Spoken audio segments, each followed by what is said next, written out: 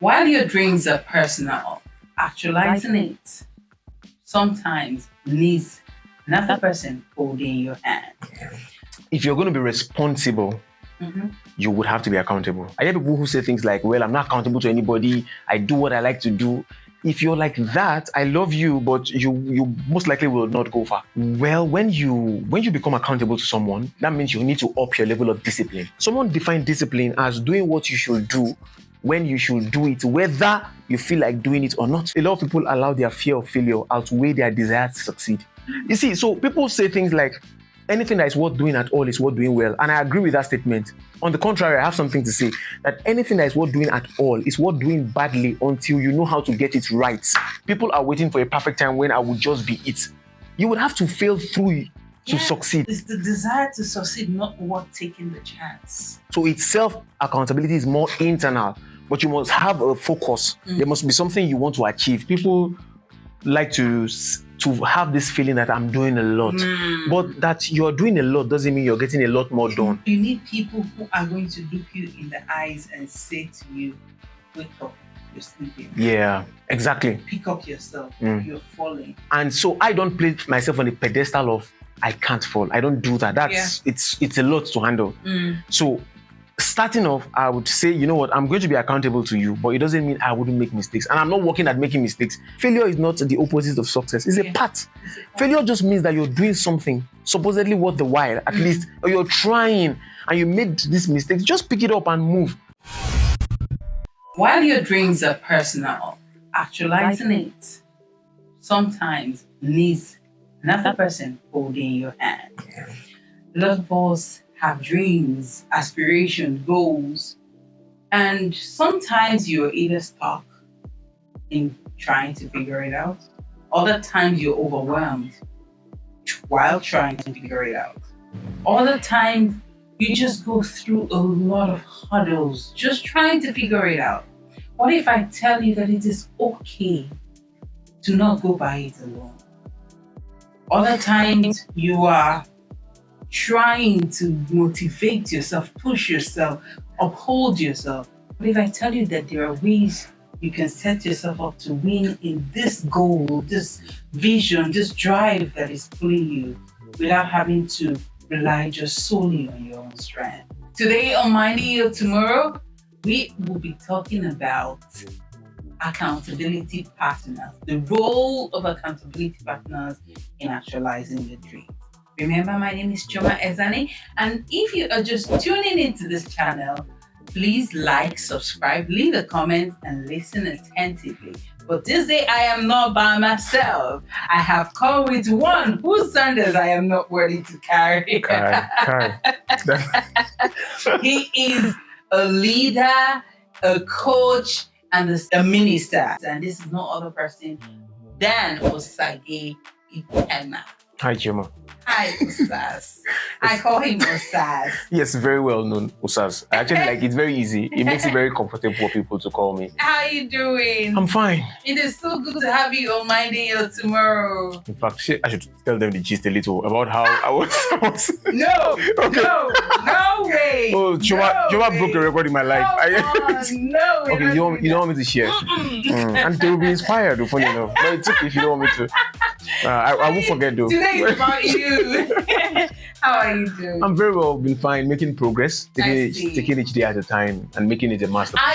I blinked and opened my eyes. Usaz is married. I will tell them. Oh my God. Oh yes. How is that going? Very well. We have a son, a year, and we call him 1.4, a year and 4 months. So, wait a minute. Yes. Your marriage is over a year? Yes, we'll be 3 years this year.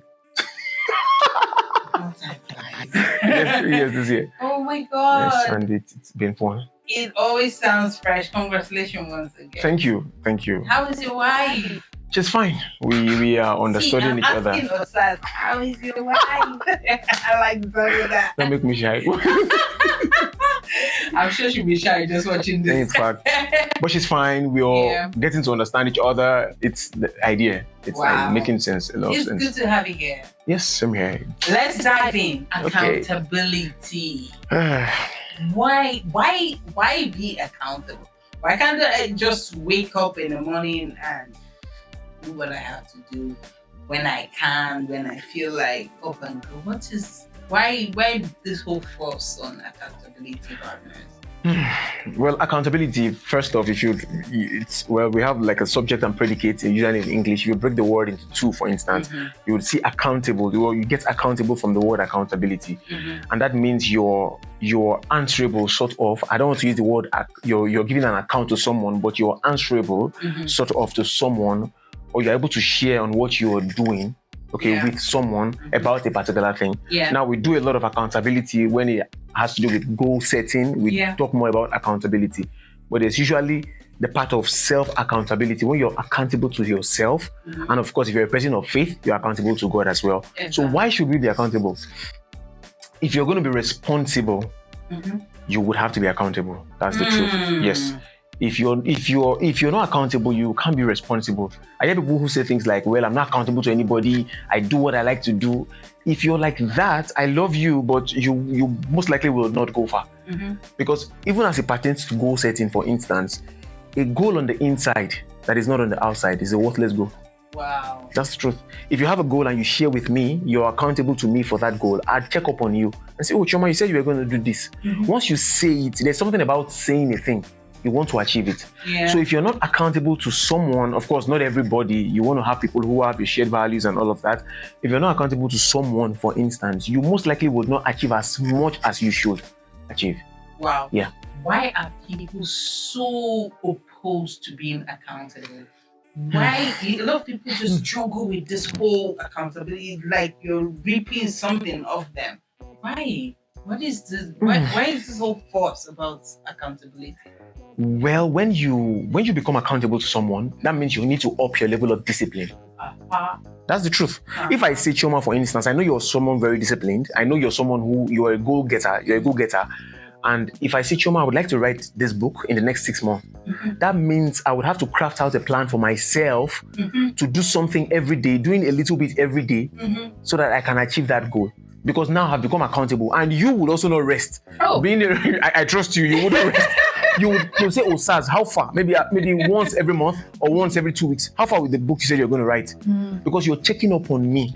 So people dread the level of discipline that comes with it. Because at the end of the month, you would ask me, and I don't want to give you a flimsy excuse. I'd like to give you something well. So that means I might have to wake up a little earlier. I might have to sleep a little later. I might have to reduce my social media time, for instance, if that's what takes a chunk of my time.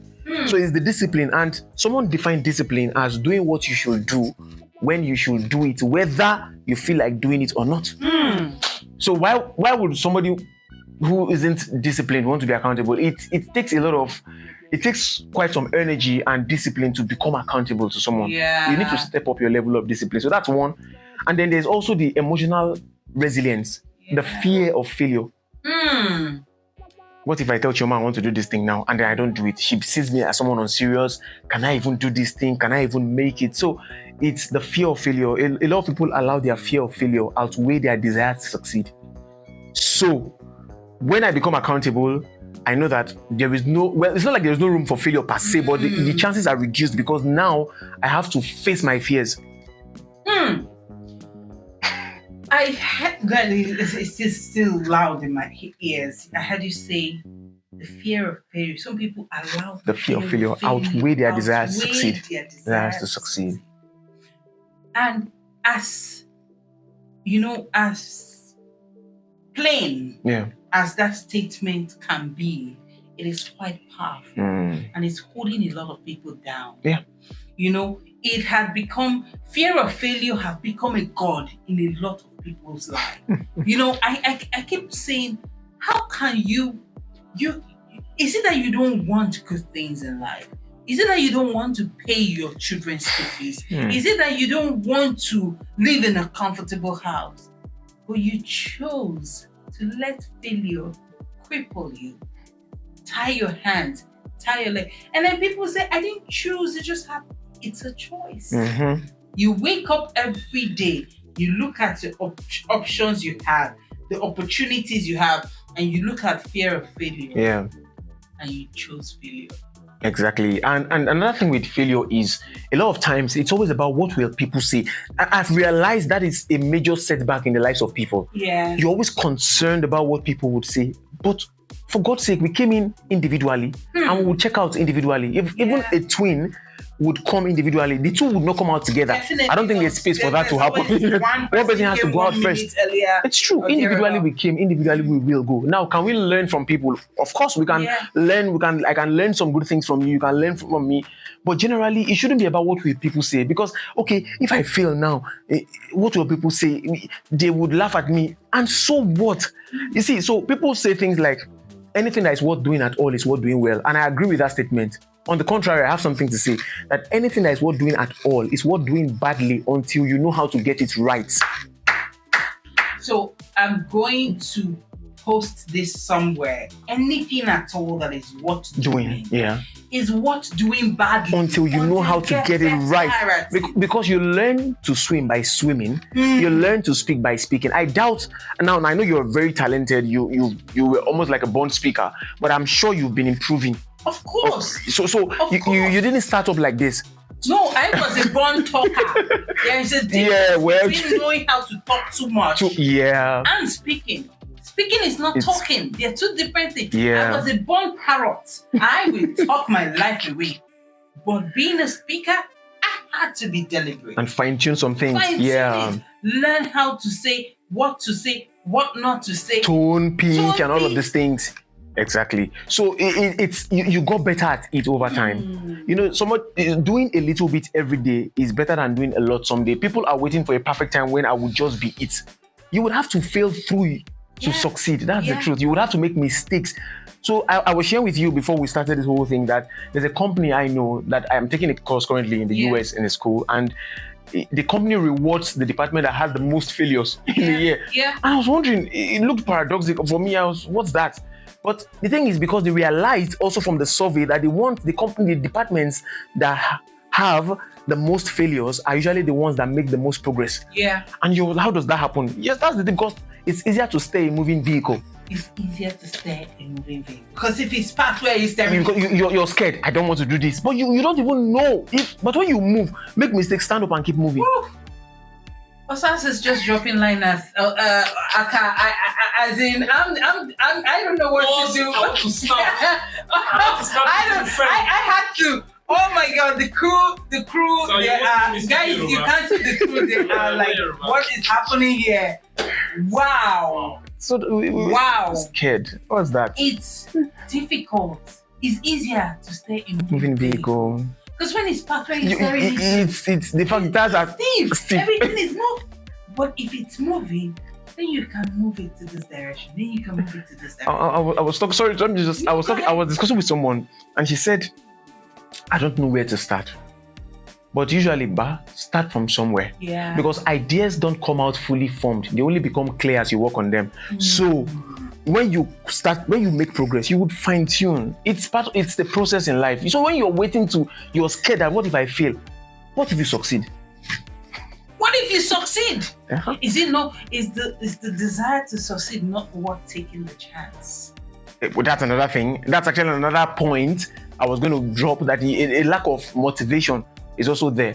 When you know, like you said, you have bills to pay, no one will tell you to wake up and do what you should do. That's wow. Yeah. Something you said that people are not accountable.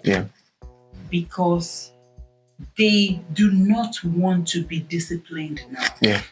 You know, sometimes it's easier to just wake up in the morning and snooze through the day.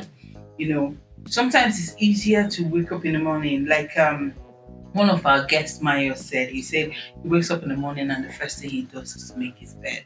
He's a fitness coach. And then when he makes his bed, that one win is enough for him, and then he pushes through the rest of the day.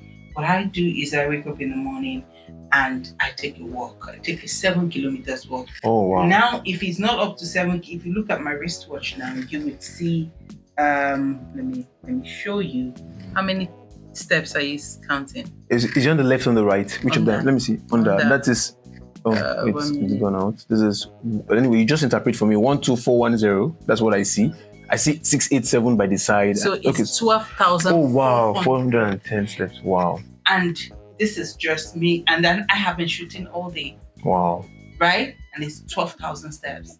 And if I don't do 7 kilometers every day, it feels like I haven't started my day. But when I started, it wasn't like that. But you formed the habit. It had to. It took discipline. It took waking up every morning and looking at the ceiling and rolling my eyes at the ceiling and hissing and going to look for my stockings and then looking for my workout shorts and then looking for my sneakers. Now, these are all the times that I had to say, you know what, pause, I'm done. I'm not doing this today. I'm too tired. Yeah.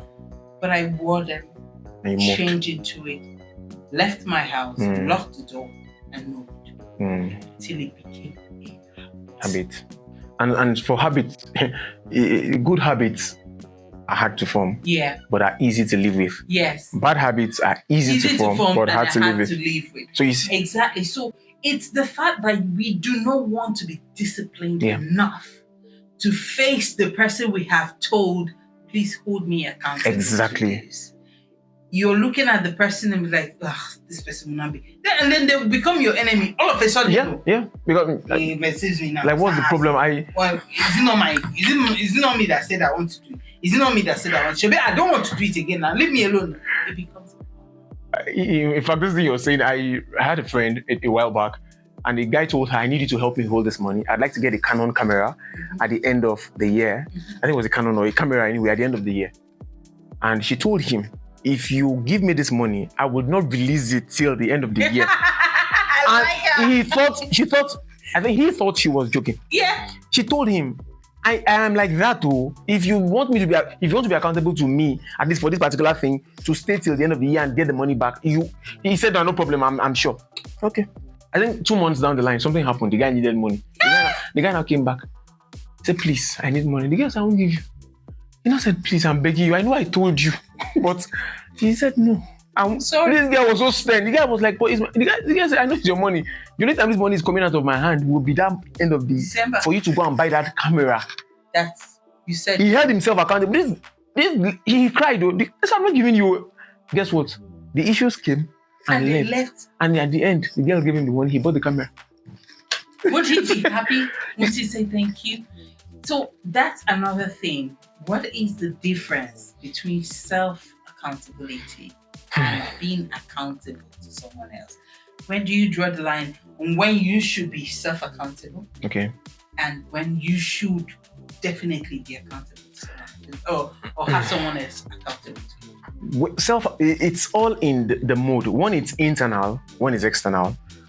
For what you were talking about, how you would wake up in the morning, you would not feel like it. You would wake up, you put on everything you need to put on, and you go take your walk. That self-accountability has to do a lot with discipline, intrinsic motivation, your personal discipline. And it also has to do with your drive. Or for instance, what do I intend to achieve with this thing? So it's self-accountability is more internal. But you must have a focus. There must be something you want to achieve. There must be something you are looking at internally. Yes. You said there's a good. There's a good. Yeah, there must be a good. If it is, there's a good. Yes, there's a good. If there is no purpose, you would abuse it. Yeah. So there is a reason. There's a reason why I want to be this. So you speak to yourself. And you know something? I went for an engagement. I went to speak somewhere, and somebody asked the question about people that were struggling with some things, and I gave a piece of my answer. And a lady stood up and said something. She was also another guest. She said something that was very profound. She said, a lot of times in life, people can say a lot to advise you, but that advice you give yourself, the day you talk to yourself, that is the day you start changing. People can say a lot of things, but if you don't talk to yourself and say, guy, I am not behaving well, I need to step up my game. The moment you don't talk to yourself, people can say everything. They care about you, they are well-meaning.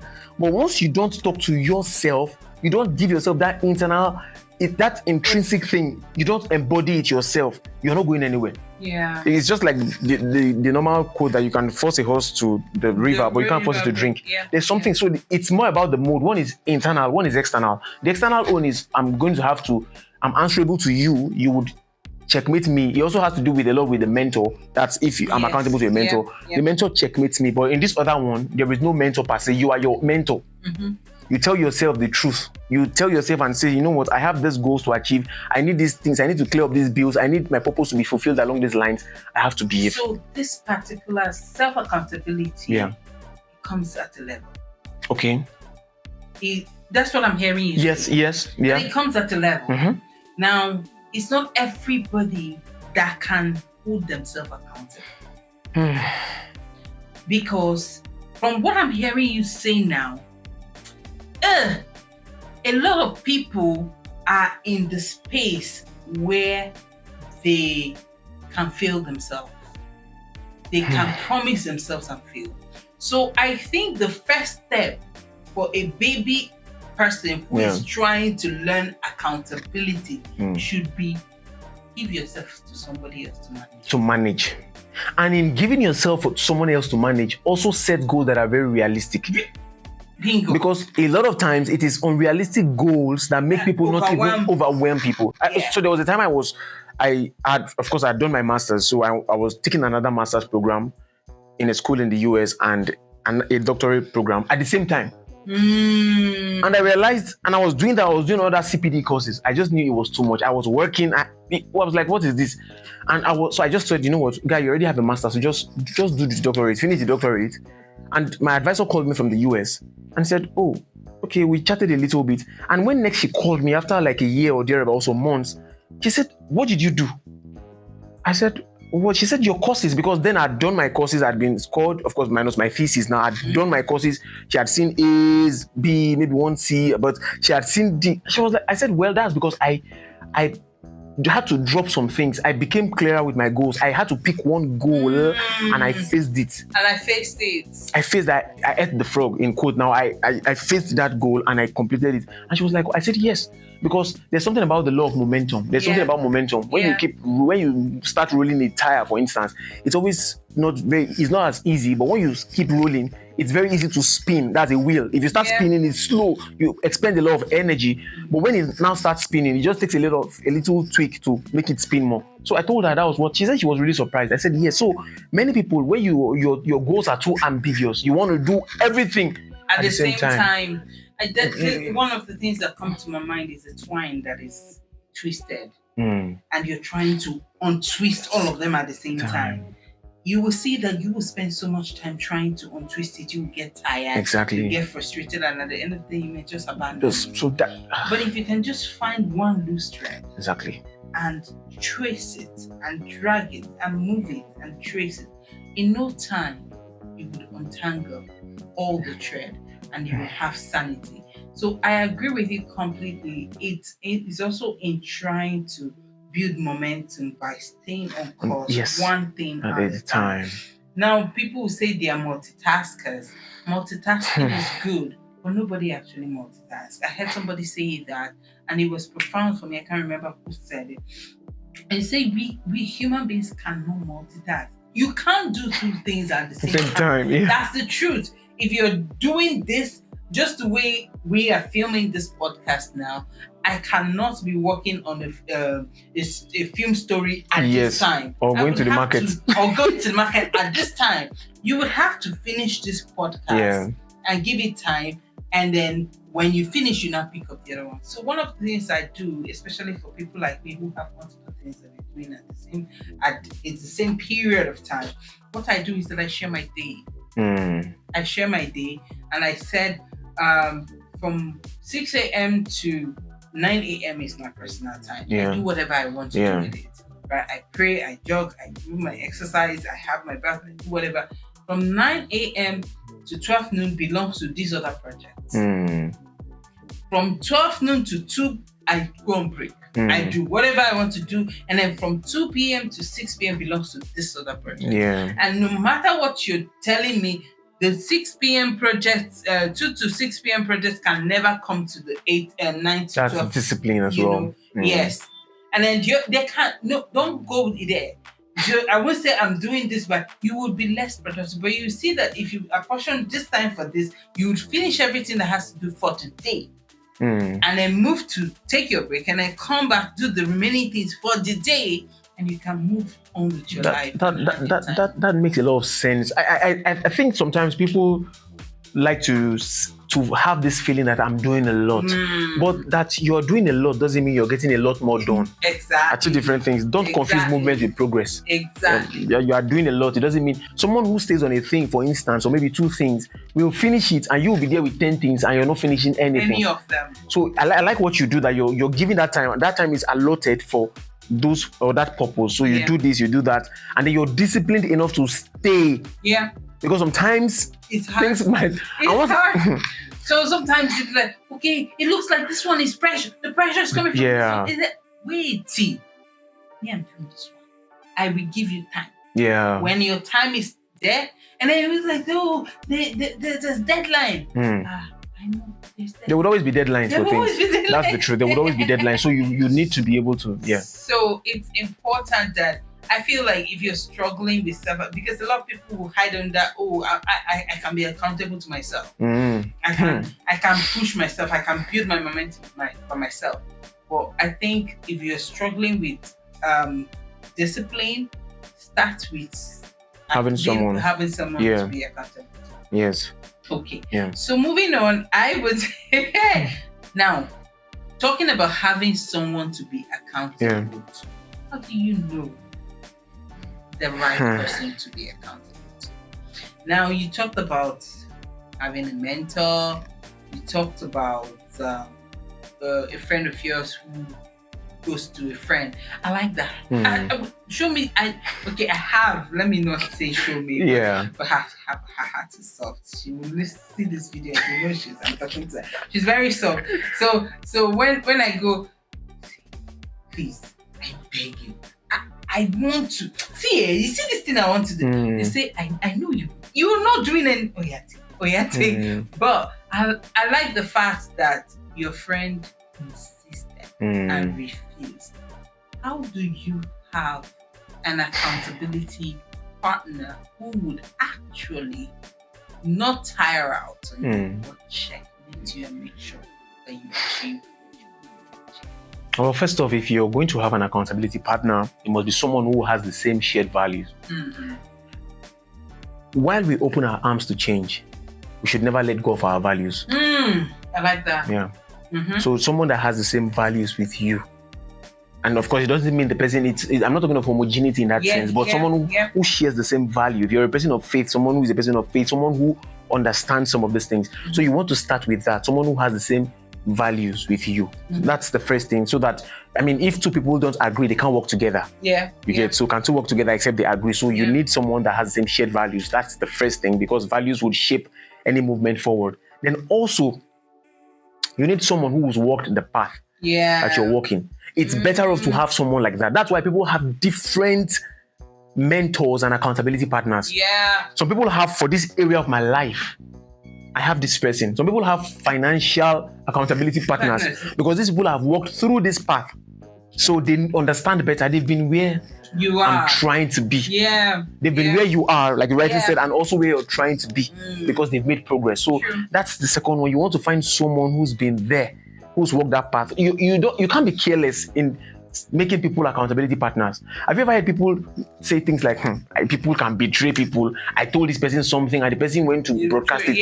And it happens. It does. So you want to be sure you take out time to scrutinize whoever it is you would want to be. Okay, so then also you must look at the person's consistency.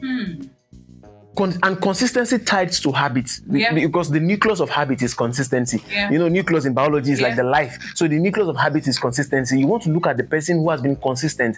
Someone might start up today. The person is a week old in a particular thing. And some people are like that. There was this thing I saw that someone that I prayed for 1 hour. We will not say I'm forming a prayer group. Because you've just prayed for 1 hour. How about looking at for someone that has prayed for at least some months or some years? And you've seen the person consistent. Yes, consistency is also very key in looking for an accountability or in getting accountability partners. Also, you want someone who is honest. Now, in leadership, there is a balance of care and candor. The person cares about you, but at the same time can be candid with you. I like that. Care and candor. Care and candor. So you want someone who also is honest with you. Someone that will say, Choma, I love you. You're doing well here. However, I think this area, you need to do better. Okay, and then the person who is also honest enough to pay attention to you. You know, like you said, some people will tire up on you. Yeah. I'm like, I beg, please, I don't have time for this. And you need someone who is also interested, who likes you. Or possibly loves you. Some people just love, have you seen people like that? They say, see, please, I don't want you to fail. I think God just blesses people with those kind of people. It's just like I have people like that in church. They just love me. Just check up on me. How are you? I was talking to someone recently. In fact, he's a minister. I said, sir, how are you doing financially? Me that was asking him how, when you're asking someone how you do financially, it's as though I can help you. But I just wanted to hear him out. And he was telling me about one or two things, bills he had to pay. He's gotten some millions. He still had some millions left. If I had, I would have given him. Of course. But the fact that I was able to say, sir, how are you doing financially? Just hearing him out. Because somehow we've spoken about finances a lot. I'm not his mentor, but somehow we are accountable. He checks up on me. Have you paid for this? Have you paid for that? So, but it all boils down to some of these things I have said. And then primarily also, as a child of God, if you are one, if you're a child of God, you also listen. You listen. Some people's, like we use the word energy and vibe, some people's it's terrible. They can't even stand you. So you want people who really like you, but in everything it is people who really care about you and who will go the extra mile for you. I like that. People who care about you. Not everyone cares about you. Who will go the extra mile for you. And then another thing I heard you say is people who will be candid with you. A lot of people like lies. A lot of people like lies, and they one of the things they coin it is words of affirmation. They'll tell you, oh, I like words of affirmation. Meanwhile, they're telling you they like flattery. A lot of people want to be flattered, to be lied to. And lies will not take you anywhere. Lies will not help you grow. At all. It will not. So you need people who are going to look you in the eyes and say to you, wake up, you're sleeping. Exactly. Pick up yourself. You're falling. You're dropping the ball on this. You're dropping the ball on that. You're not doing what you should do. And it's important. It's paramount that those people are in your life. If you have them in your life, thank God. I'm serious. that thing you said, people barely have people that tell them the truth. Now we are some people are almost, that use the word brutally honest. There's a way you ought to speak the truth in love. So there's the love undertone as the foundation. But there's also the sandwich approach. The thing is, somebody said every useless thing has a useful day. So the point is that someone can't be totally useless. There's something good about you. So if I'm going to start, the sandwich approach is, oh, Choma, thank you for even making this effort to count me worthy as a mentor. I appreciate you. I like what you're doing. I like the fact that you're making progress. I like the fact that you're taking the bull by the horn. The person appreciates you and said, however, you don't want to use a but, because when you use a but in something, you negate what you already said. So you want to, you get, that's the truth. When you now say but, it's like the other one has good. But you say, however, or in addition, you could tweak this, tweak that. You want to say it, and at the end still say, I believe in you. So you've talked in what you want to say. So the sandwich approach, like you always say, is when you have two slices of bread. He mentioned the sandwich approach, and I'm sure that a lot of people are like wondering, you have two slices of bread, you know how you have the bread on top of the sandwich, and you have all the men inside it, and then you have another bread. So the top bread is the, oh, I like it, wonderful, you're doing amazing. Making an effort, and then men is that you see, matter, you have to do this, you have to do that. And then that's where the honesty comes in. And then the last bread appreciate the person still. Well done, you can do it. The person starts crying. Oh my God, we just touched the sandwich approach. Okay, so as we have been talking about accountability, let's hear from you, personal experience. Is there something, at what point did you feel, do you have accountability? Yes, that's number one. Number two is, what point did you feel like you needed to be accountable to someone? Well, I have accountability partners. I try to keep people in strategic places that I can confer with, that I need you to hold me accountable. Something happened years ago. I'd share this with you. The minister I mentioned, I just didn't want to fall into any temptation. Now, real temptation, not the woman temptation thing. So I'm sure you understand what I'm saying. You know that kind of thing. Now, when you see somebody that's committed sin, the first thing you think about, usually that's people just very sexual. That's like the only sin, but then of course we know it's not. So I needed someone to hold me accountable. I needed someone to do that because I had a lot of female friends around me, and I just knew that, see, brother, you have to.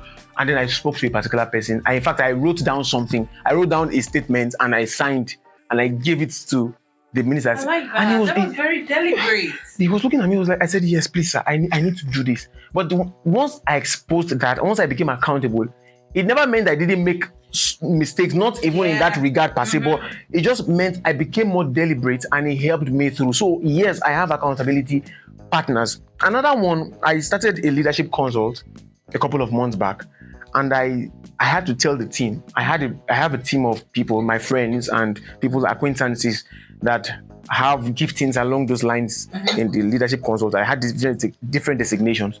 I said I'd like to have master classes for this period. So I said, okay, I was going to have a master class this month. Guess what? At some point, I didn't feel like having the master class. Yeah. But you know what? I'd already said it. Yeah. They were like, guy, you have said it. You have to do it. You have said it. We're waiting for and it. Guess what? Just because I realized that, these people have said it. I've told them I had to do the master class. Honestly, if I didn't tell them, I would have said, please, I beg, let me rest. But because I already said, that is the power of accountability. Yeah. And that's just a little, of course, over time in life. But should you be accountable, please, by all means, you must be accountable. You said something about writing something and giving to a minister. And then you said it doesn't mean that you will not have issues. Of course. But that the fact that you said it means that, you're going to want to do it. Yeah. So now that brings me to my question. How do you handle when you fall short? You know how you say that when people sin, they judge themselves. Yeah. And then when you have accountability partners, one of the things that I know a lot of people do is when they fall short of what they held themselves accountable to, they avoid their accountability partners. Yeah, exactly. That period. To be judged. How do you handle it? How do you handle the situation and fall back on course? Okay, so I'd start with saying I'm a person of faith. Now, some people are people of faith, some people aren't people of faith, but I'm a person of faith. Yeah. And the ultimate person or the ultimate being loves me regardless of whether I fail or not. God loves me whether I fail or not. It's just like a child learning to walk. The child will fall. Yeah. And so I don't place myself on the pedestal of I can't fall. I don't do that. It's a lot to handle. So starting off, I would say, you know what, I'm going to be accountable to you, but it doesn't mean I wouldn't make mistakes. And I'm not working at making mistakes. So I don't, some people there's this perfectionist tendency. Yeah. No, I mean, what's that? You're a human being. You will make mistakes at some point. So when I fall short, I just say it's a part of the process. That's, like I said earlier, I think before we started this podcast, I said failure is not the opposite of success. It's a part. Failure just means that you're doing something supposedly worth the while, at least, or you're trying and you made this mistake. Just pick it up and move.